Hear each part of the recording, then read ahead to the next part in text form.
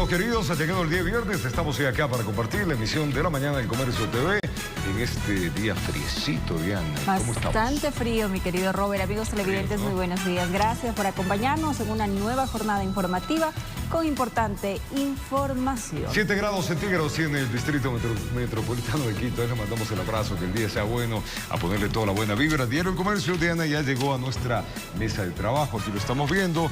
Los títulos dicen: la operación del Metro de Quito, caramba, se complica. 2 millones se pierden al año por robo de autopartes. El paintball divierte y afina las destrezas, y China exhibe su fuerza cerca de las costas de Taiwán. Estos son los títulos más interesantes. Usted los puede pedir a su voceador de confianza, la edición impresa del Diario El Comercio.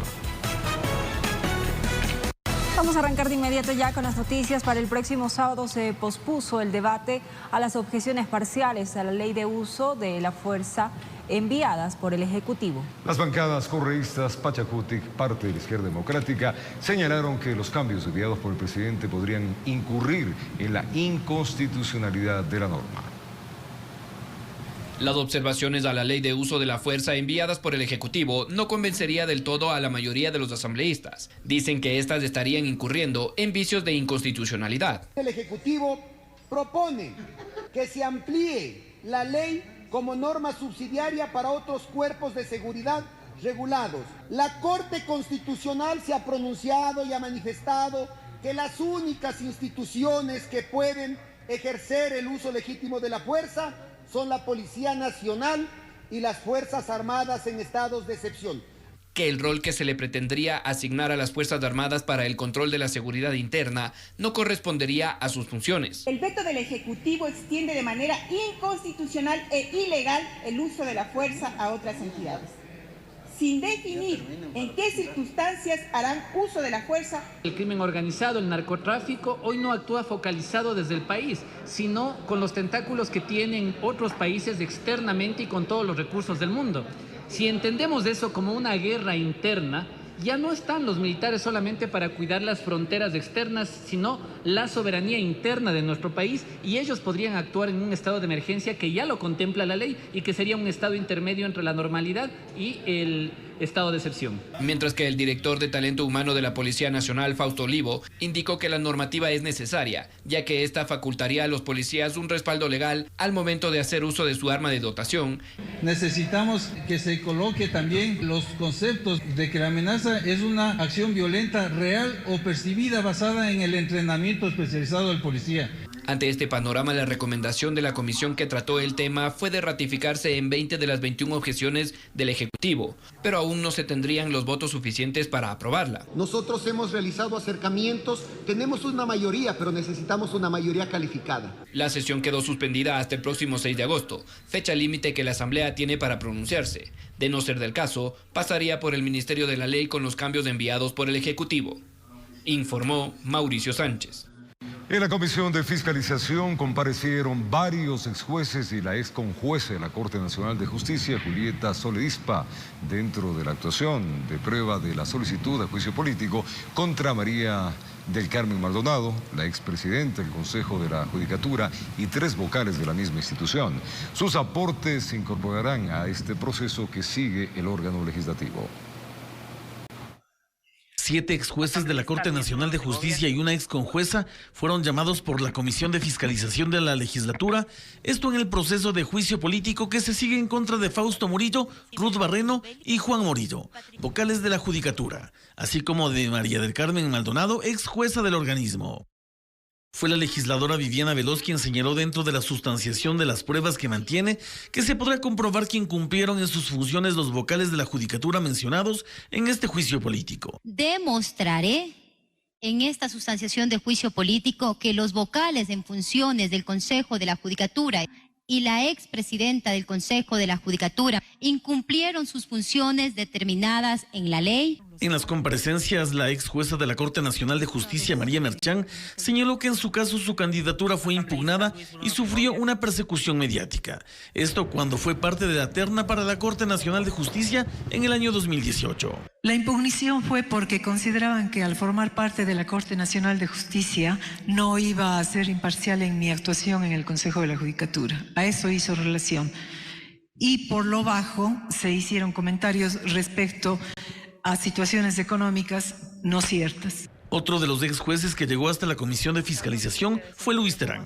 Este puntualizó que en todo su proceso profesional en la Corte Nacional de Justicia, que abarca desde el año 2012, fue uno de los mejores puntuados, teniendo inconvenientes por un exhorto en el año 2018 tras la evaluación hecha a los jueces. A pesar de que yo fui el único juez y que la misma Talento Humano reconoció de que yo jamás tuve retardo en mis funciones, me pusieron 0.15 sobre un punto. Estas comparecencias se adjuntarán a las pruebas dentro del juicio político que se sigue. Nuevos llamados se hicieron para el presidente de la Corte Nacional de Justicia, Iván Saquicela, para que brinde información del estado de los concursos de jueces nacionales y situación de conjueces temporales. Esto tras la solicitud del legislador Bruno Segovia, aprobada por la Comisión de Fiscalización. Informó Javier Rosero. Y la Comisión de Protección Integral de Niños, Niñas y Adolescentes aprobó 214 artículos del libro 2 del Código de la Niñez. Sus integrantes indican que estaban trabajando con base a las disposiciones de la Corte Constitucional para garantizar los derechos de los menores. El trabajo legislativo en la comisión que trata el Código de la Protección de Niños, Niñas y Adolescentes estaría avanzando conforme al cronograma de la mesa legislativa. Hasta el momento se han revisado ya y aprobado internamente en la comisión 214 artículos de los más de 620 artículos que inicialmente contiene este proyecto del OPINA. En la semana entrante estaremos ya revisando, analizando y aprobando también los artículos que tienen que ver con la adopción para concluir en los próximos días con el análisis del libro 2.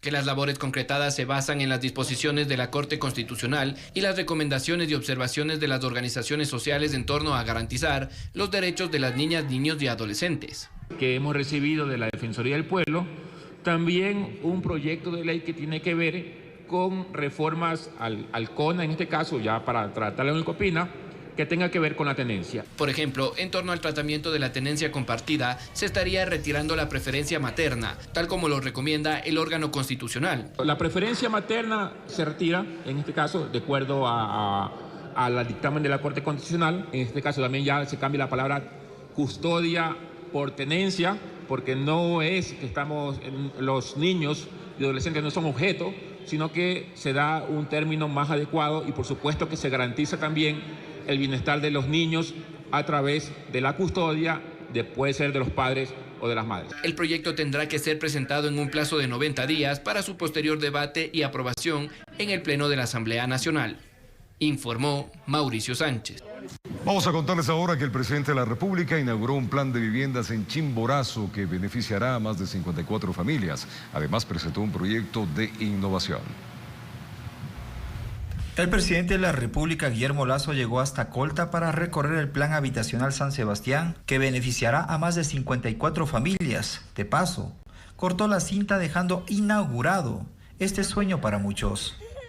Me ha contado que se le cumplió su sueño de tener una casa propia.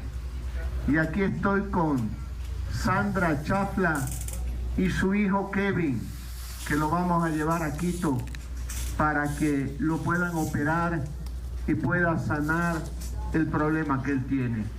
Anunció además que aspira a entregar al menos 400.000 viviendas a nivel nacional.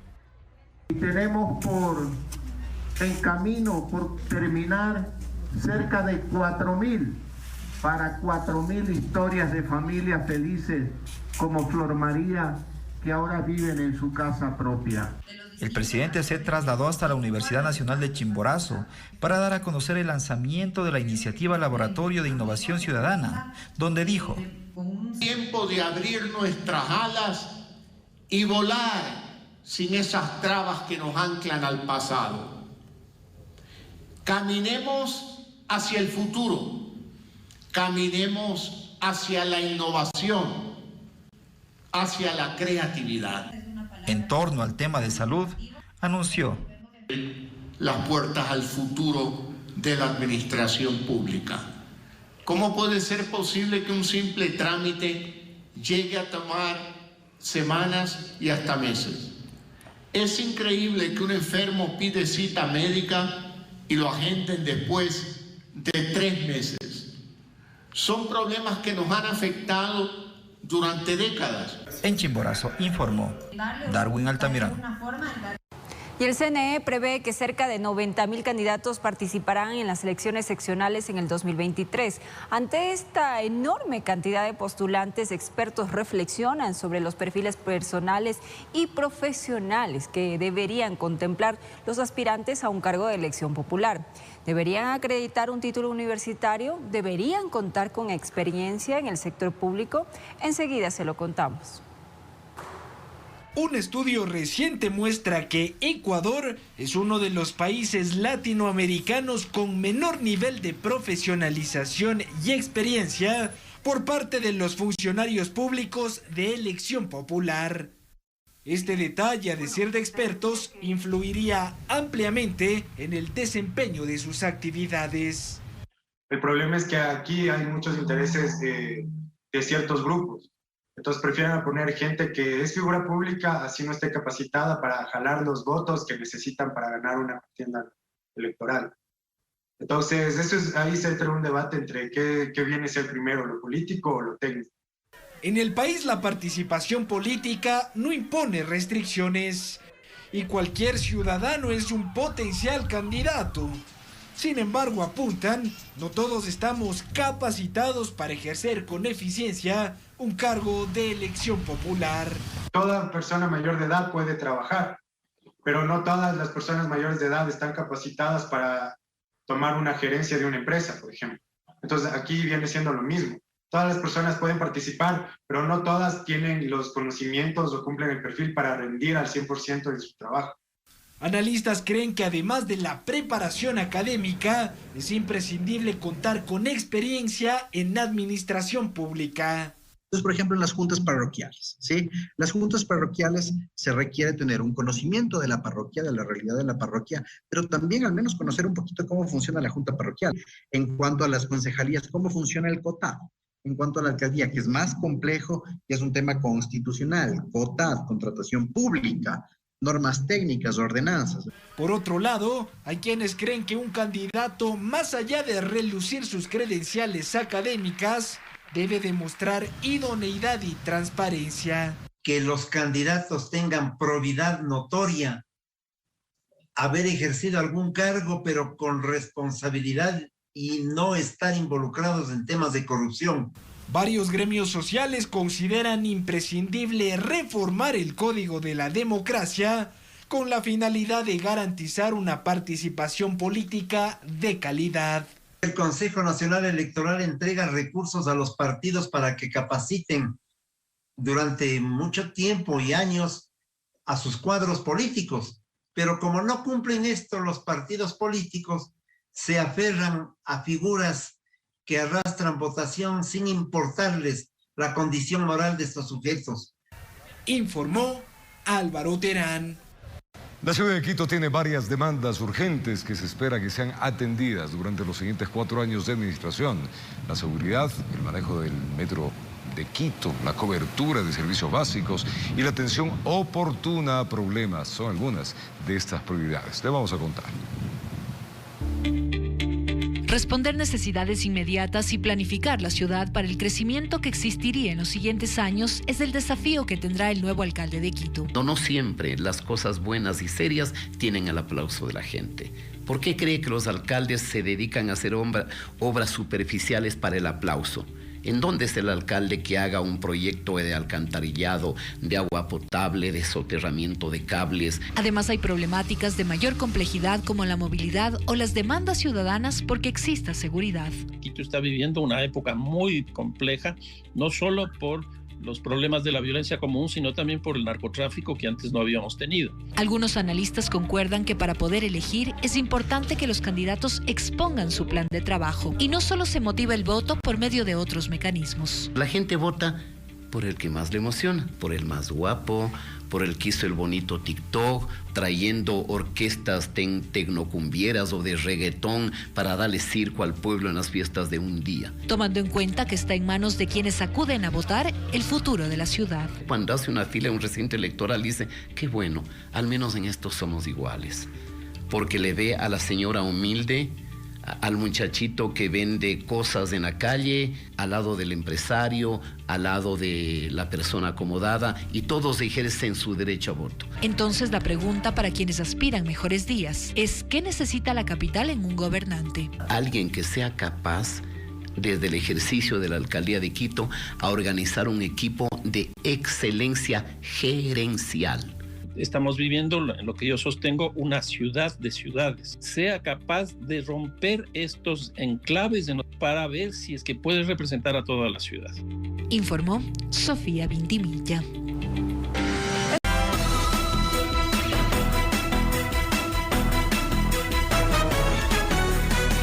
7:14 en la mañana, 7 grados centígrados tiene la ciudad de Quito. Gracias por acompañarnos. Provecho a esta hora el desayuno y el corre en muchos hogares del Ecuador. Vamos a contarles que en Quito inició el plan de externalización de farmacias en 2 hospitales públicos. Estos son el Pablo Arturo Suárez y el Eugenio Espejo. El objetivo, dicen, es que los pacientes que reciben atención en consulta externa retiren sus medicamentos en cadenas privadas. Veamos.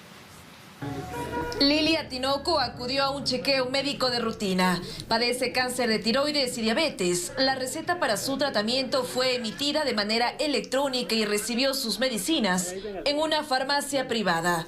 Es la primera paciente de Quito que se suma al plan Medicina Cerca. Satisfechos porque, como le dije, ya podemos tomar la medicación continuamente, entonces ya no tendríamos que gastar.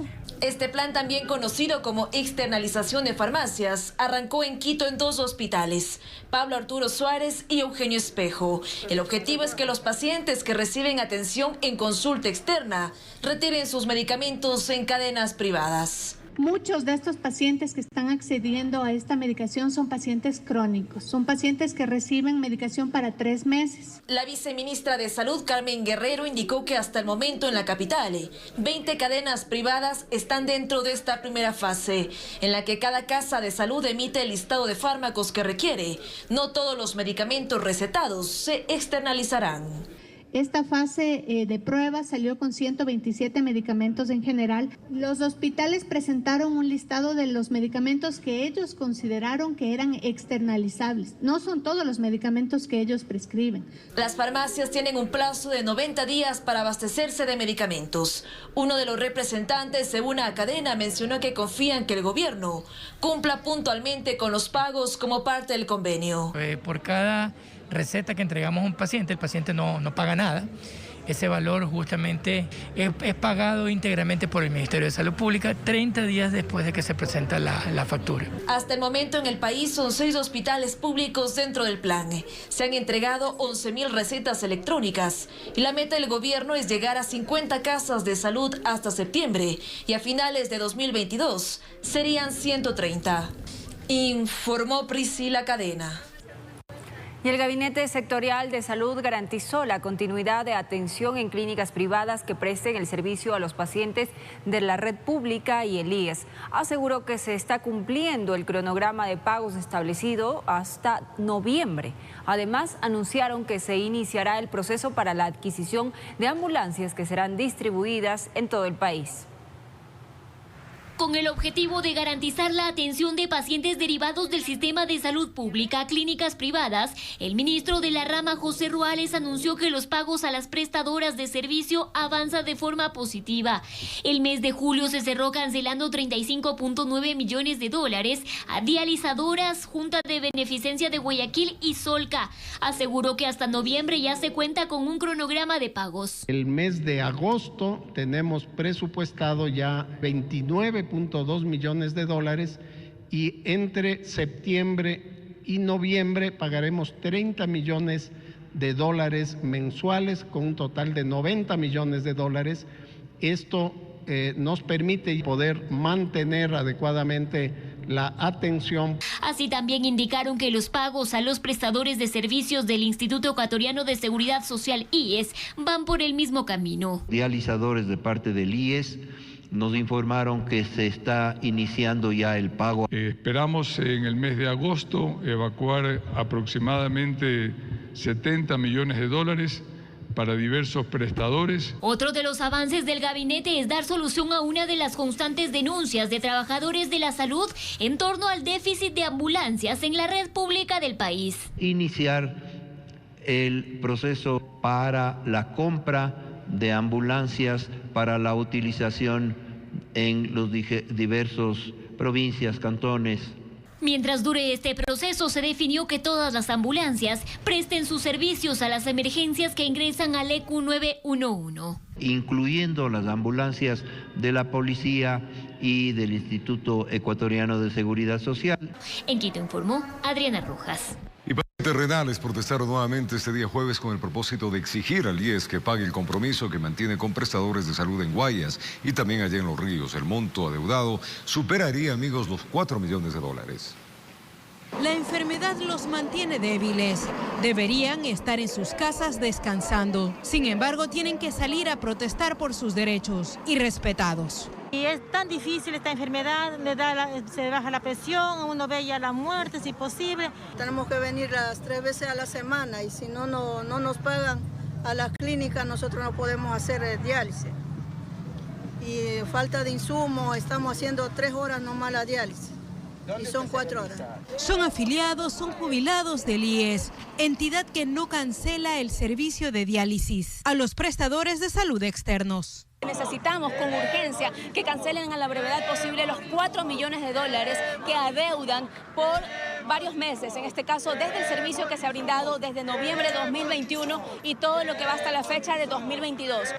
Pese a estar debilitados por las terapias de diálisis, al menos 20 de los 300 pacientes renales perjudicados se apostaron en los exteriores de la Subcoordinación Provincial del IES de la avenida 25 de Julio en el sur de Guayaquil para protestar una vez más con la esperanza de ser escuchados. No tenemos ya para adquirir insumos para estos próximos días. Las medicinas que necesitan los pacientes renales, no es solamente el tema de su diálisis, sino también las medicinas para controlar las enfermedades de base que tienen como hipertensión, diabetes, que eso también pues complica su cuadro de insuficiencia renal crónica.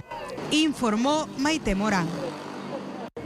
Y a través de un comunicado oficial, el Ministerio de Salud Pública informó que se detectó un caso más de viruela del mono en el país. En total sube a 7 las personas contagiadas. El nuevo paciente se identificó en Machala. Se trata de una persona de 29 años de edad. Su condición sería estable. El anuncio llega luego de que la cartera de Estado detallara que 2 de los pacientes fueron dados de alta y los 4 restantes se mantienen en vigilancia y aislamiento. Suiza fue el primer destino de la primera exportación de cannabis realizada desde Ecuador. Se trata del primer envío internacional desde que se despenalizó el cultivo y la producción de este producto en el país. Ecuador realizó por primera vez una exportación de cannabis, una planta que a lo largo de la historia ha sido estigmatizada sin considerar los beneficios comprobados que tiene. Y a nivel de cannabis no es que sean grandes volúmenes, pero nosotros lo que hicimos fue exportar esta pequeña cantidad para que se abra el camino. Ya mañana podemos exportar 1 tonelada. El tema es que la ruta está abierta.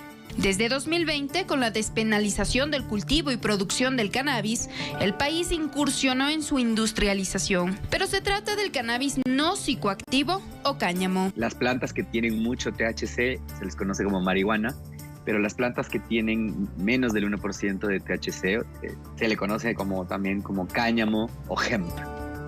Y eso es lo que se permite en el Ecuador. ¿Pero existían protocolos listos para una exportación de cannabis? La empresa exportadora explica que no, que fue un reto para todos los actores, aerolíneas, aduana, policía de antinarcóticos, que incluso a través de los canes adiestrados para detectar narcóticos no se logró diferenciar si es psicoactivo o no, por lo que se tuvo que realizar en el lugar análisis de muestras para comprobar las cargas químicas de la planta. Para todos era pues la primera vez que llegaba un cargamento de cannabis y entonces viéndolo en retrospectiva fue muy valioso hacer este proceso con todos los actores, a total predisposición y entusiasmo a que sea esto viable. En el país se debe contar con una licencia que emite el Ministerio de Agricultura y Ganadería que autoriza el cultivo y producción de cannabis. Es importante decir que hay 7 tipos de licencias. Tenemos la licencia número 1, que es la licencia para importación y comercialización de semillas. De ahí tenemos una licencia número 2, que es para la producción de semillas internamente, es decir, como viveristas. Tenemos la licencia 3, que es una licencia que es como si tuvieras la 1 y la 2. Número 4, que es la que sirve para uso industrial, para hacer ropa. Tenemos la licencia número 5, que es para los aceites esenciales o los subproductos, que es para hacer jabón. Y las demás licencias permiten realizar investigaciones científicas, la importación y exportación de productos y subproductos. El cannabis es empleado para el alivio de dolores crónicos, para tratar la artritis, para mejorar los síntomas de las quimioterapias, como dolores físicos, náuseas, vómitos e insomnio. Ayuda a tratar la ansiedad, el estrés y la depresión, enfermedades intestinales y de la piel, entre otras cualidades medicinales. Informó Andrea Navarrete.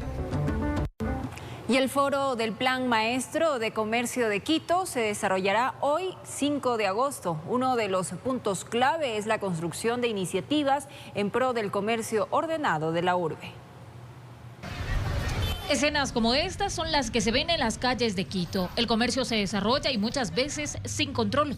Es por eso que se efectuará este viernes el foro del Plan Maestro de Comercio de la capital. Pues tras la pandemia se incrementó el comercio autónomo no regularizado. Mercados cerrados, sin planificación. Las personas tuvieron que salir de los mercados y ocupar espacios públicos. Personas que venían con sus productos directamente a comercializarlos en Quito y que lamentablemente no tenían permisos, no tenían un espacio acorde a la necesidad del momento. Todo esto dio como resultado o dio la idea de planificar la ciudad. Los comerciantes serán parte de este foro y es que existe un trabajo articulado con la academia. Iniciarán con la recopilación de datos desde la participación ciudadana.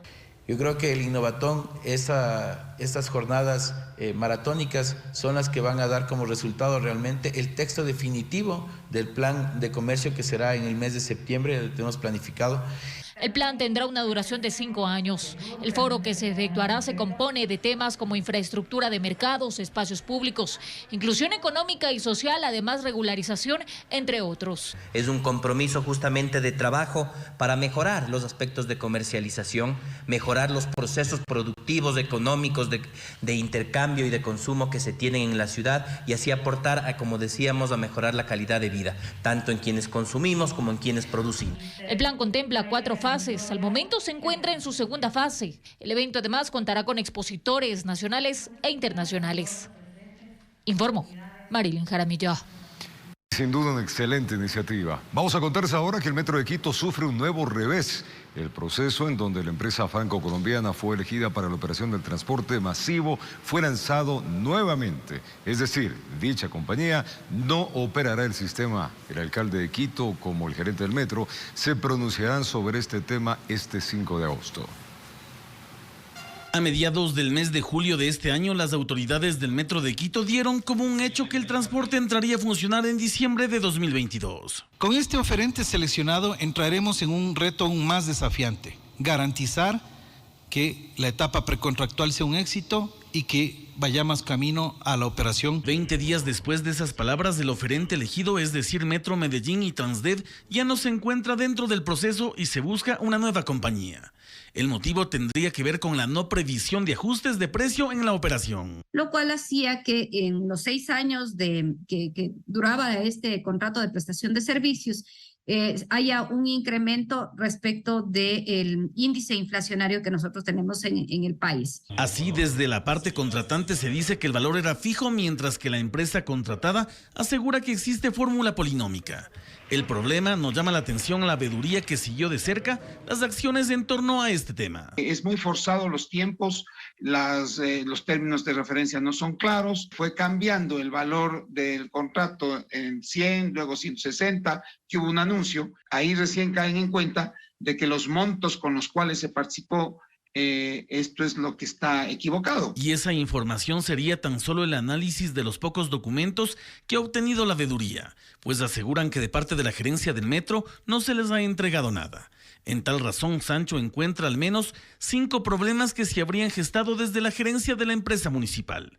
Estos serían el proceso del estructurador, proceso del operador comercial, las telecomunicaciones, la seguridad y, lo más importante, la integración del sistema. Bajo esos parámetros se cree que será muy difícil que el metro entre a funcionar en diciembre, aunque las esperanzas en algunas autoridades no dejan de existir. Son plazos autoimpuestos. ¿Cuándo puede usted, señor gerente, en una comparecencia que tuvo en el Consejo, cuándo usted va a operar? A ver, ¿quién lo dijo? 15 de diciembre, ¿está seguro? Yo voy a esperar hasta el 15 de diciembre, que es la fecha. Exalcaldes como Mauricio Rodas y Jorge Yunda buscaron entregar la obra operativa. No lo lograron.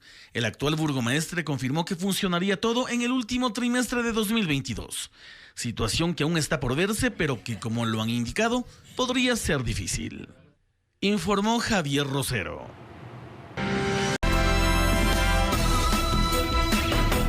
Gracias por continuar en nuestra sintonía, amigos televidentes. Un niño de 8 años cayó al río desde el mirador del Pailón del Diablo, ubicado en Baños, provincia de Tungurahua.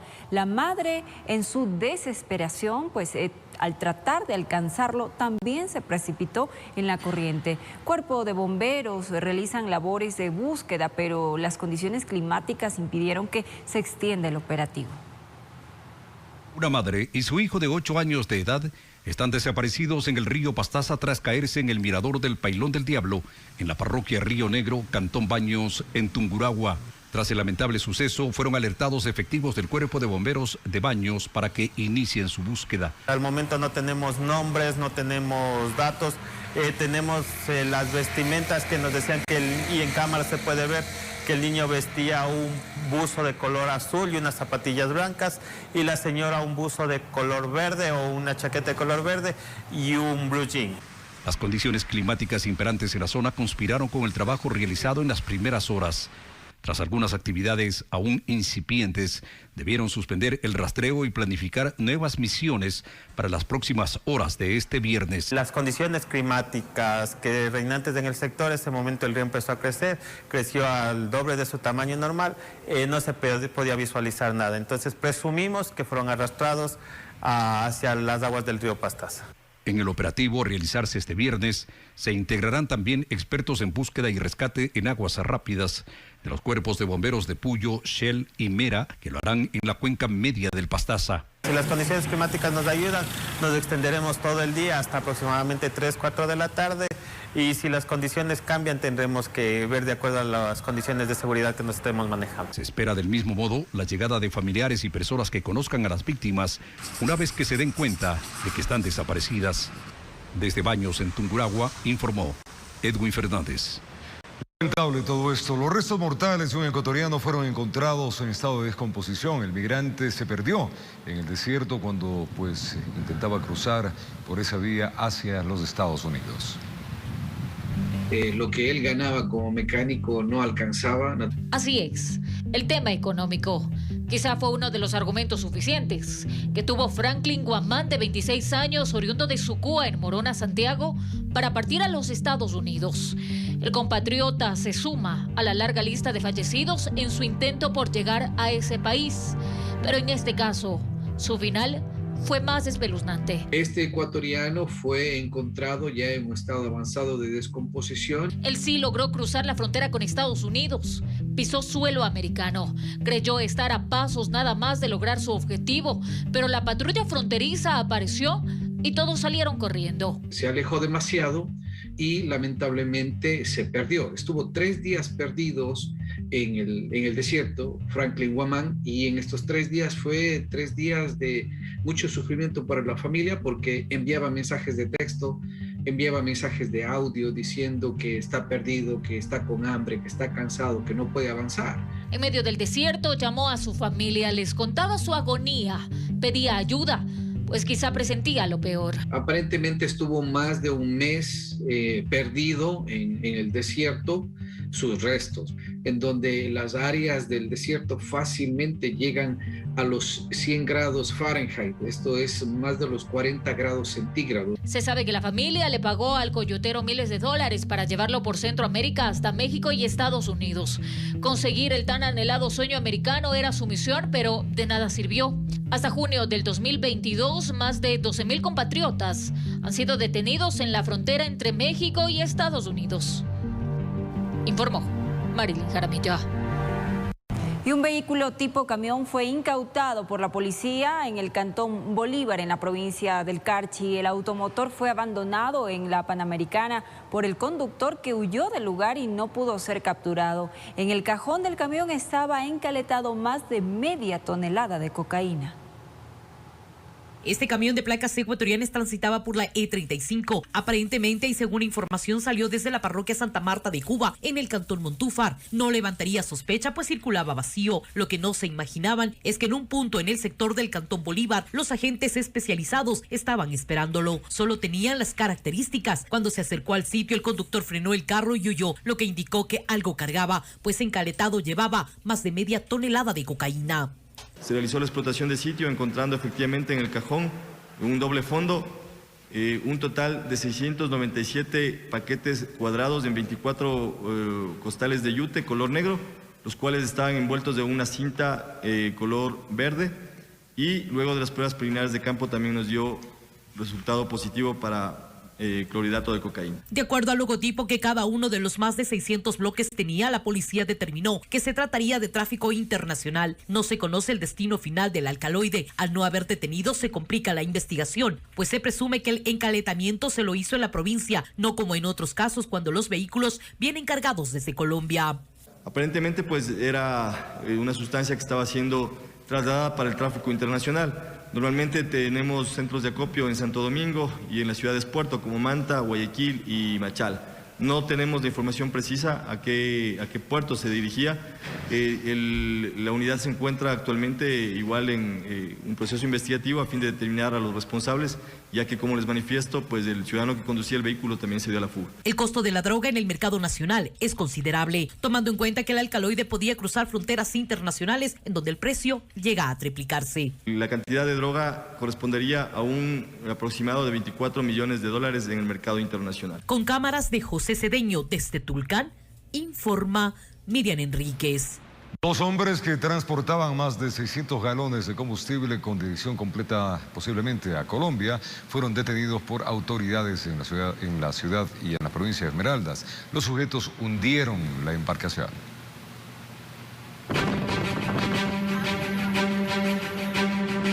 Esmeraldas, Cantón San Lorenzo, Isla San Pedro. Las Fuerzas Armadas, a través de la Armada del Ecuador, ejecutó una operación. Y es que había que detener el accionar de los sujetos. Dos hombres tenían en su poder al menos 660 galones de combustible. En el mar entonces se acercaron los uniformados. Al percatarse de la presencia de las autoridades, procedieron a hundir la embarcación, quedando a la deriva los tanques y en naufragio su tripulación. Se aprendió una lancha, obviamente esta fue hundida por los traficantes, con 2 personas a bordo, las que fueron rescatadas por nosotros del agua, de nacionalidad colombiana, y se rescató asimismo del agua 11 tanques de combustible que estaban siendo traficados ilícitamente hacia Colombia. Así es. Según las Fuerzas Armadas, los desconocidos trataban de llevar al vecino país el combustible. Los grupos al margen de la ley por lo general lo utilizan para su desplazamiento, así como para realizar actividades ilícitas y de narcotráfico.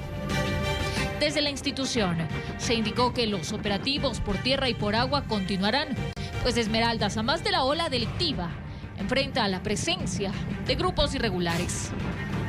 Informó Marilyn Jaramillo.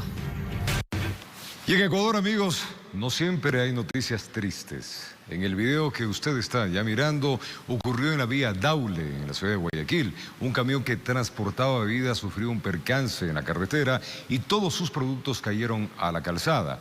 La ciudadanía que se encontraba cerca al accidente ayudó al conductor a recoger las botellas y colocarlas nuevamente en el vehículo para que continúe con sus entregas. En redes sociales, miles de usuarios pues destacaron la solidaridad de la gente y felicitaron en este acto de amabilidad y sobre todo empatía. Qué distinto cuando uno ve que se pasa lo mismo y se llevan el producto. Felicidades, así hay que actuar.